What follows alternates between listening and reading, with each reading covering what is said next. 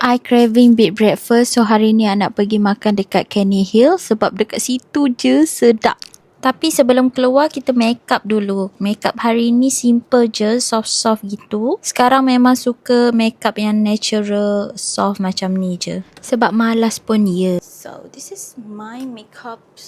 Okay, now kita on the way tapi jalan jam gila and macam nak hujan pula. So plan asal nak pergi Kenny Hills Bukit Tuku tapi tak jadi sebab parking dia open kan. So nanti hujan susah pula. And kita terpaksa tukar plan pergi Kenny Hills JRH je lah. Lepas tu ternampak pula, tak sabar betul nak tengok Michael Jackson 23 April ni. Honestly, I memang tak suka Kenny Hills JRH ni sebab dia jauh. Lepas tu kena beratur tapi okey lah, tak lama. Lepas tu kita dapat meja and tengok menu. Walaupun dah tahu nak order apa tapi tak apalah, kita nak tambah lagi order sebab macam lapar sangat hari ni.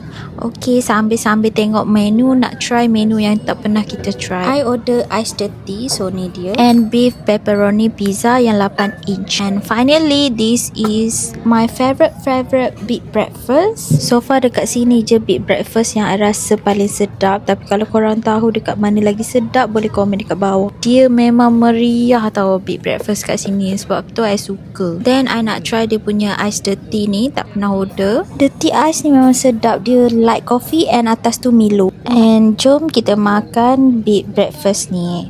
I ambil yang bacon with scrambled egg. Dia ada option smoked salmon juga tapi I lagi suka yang ni. Honestly sini memang meriah dia punya big breakfast, worth it sangat. Semua sedap puas hati. And lepas tu husband I dia makan beef pepperoni dulu sebab dia punya nasi lemongrass dia tak sampai lagi. And lepas tu I pun try juga dia punya beef pepperoni, sedap. And this is the lemongrass chicken rice, if tak silap I. Sedap, dia macam nasi ulam yang dekat sepiring tu. Lepas tu kita orang borak-borak pasal makanan, pasal kucing and lain-lain. Lepas tu kita orang tukar food. I pun dah full dah. So kita orang bayar and tengok dia punya dessert tu, tapi dah kenyang.